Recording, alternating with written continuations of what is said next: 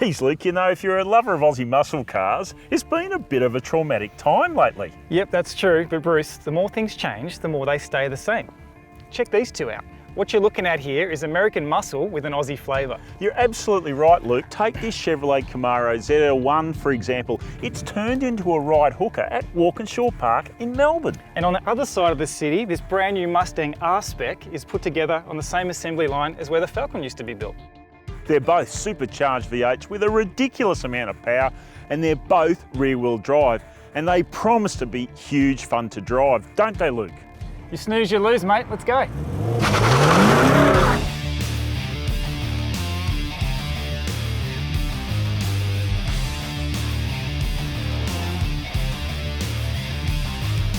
Yep, no doubt you'll really want to hit the road in these cars, but you'll be paying plenty for the privilege.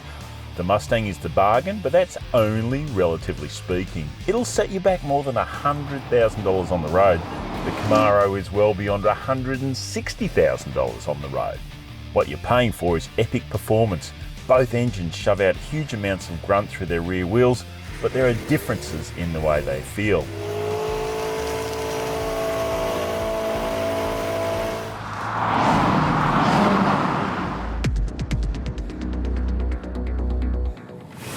This dead set feels like it's got another 100 horsepower. It really just keeps going on with it. But you pull back from that extreme end of the performance and go to the road, they both have such a massive amount of response to them that you couldn't complain about either on the road, could you, in terms of the engine response? No, you could actually take the gearbox out and just weld the tail shaft to the back of the flywheel. They've got that much torque, haven't they? I mean, you're hardly changing gears on the road.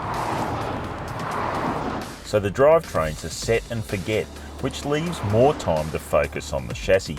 Both cars are rear-wheel drive and come with adaptive suspension, Brembo brakes and low-profile sports rubber.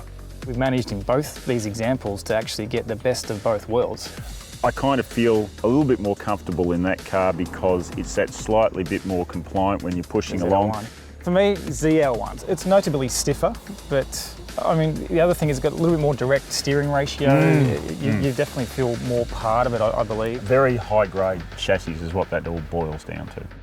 So it's fair to say we're loving these two so far, but when it comes to livability, not so much. I guess it's more form over function, isn't it? You know what I mean? But I guess what's their purpose? They're a muscle car, you know what I mean? So you're not buying it for a big boot or a back seats, are you? You know what I mean? You're buying it for its look, for its performance. So they've both got that ticked. I was so glad, especially the Camaro has a reversing camera. Every time I put that thing in reverse gear, I'm just waiting to go, drive into something that it's just so hard to see out the back of.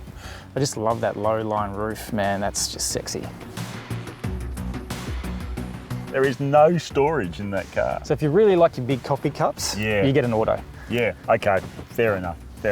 Or the Mustang. But what about you think of the interior, how it's got a bit of mixture of retro and new style stuff? I don't think it works anymore. Which leaves us to pick out a winner and a loser. The Camaro's price is an obvious debating point. Is it a $60,000 better car? No, I don't think it is. It's hard to really distinguish them on the road. It just comes down to, I guess, your preference of look, preference of finish a little bit, I guess. Dollar for dollar, I think we probably both agree the ZL1.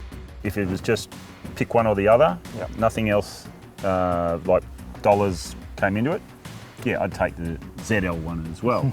But having said that, I'd more than happily drive away in that. That's a terrific vehicle. Absolutely. I don't think you can go wrong. Yeah, how good is it? What a time to be in, yeah? Yeah. We're concentrating on performance, noise, but they're not dinosaurs like they used to be. American muscle cars, but they wouldn't have happened without Australian ingenuity on these roads. We wouldn't have these two cars in Australia now if not for some really dedicated people who saw the opportunity and were prepared to take the risk to get them here. So good on them, and we get to benefit.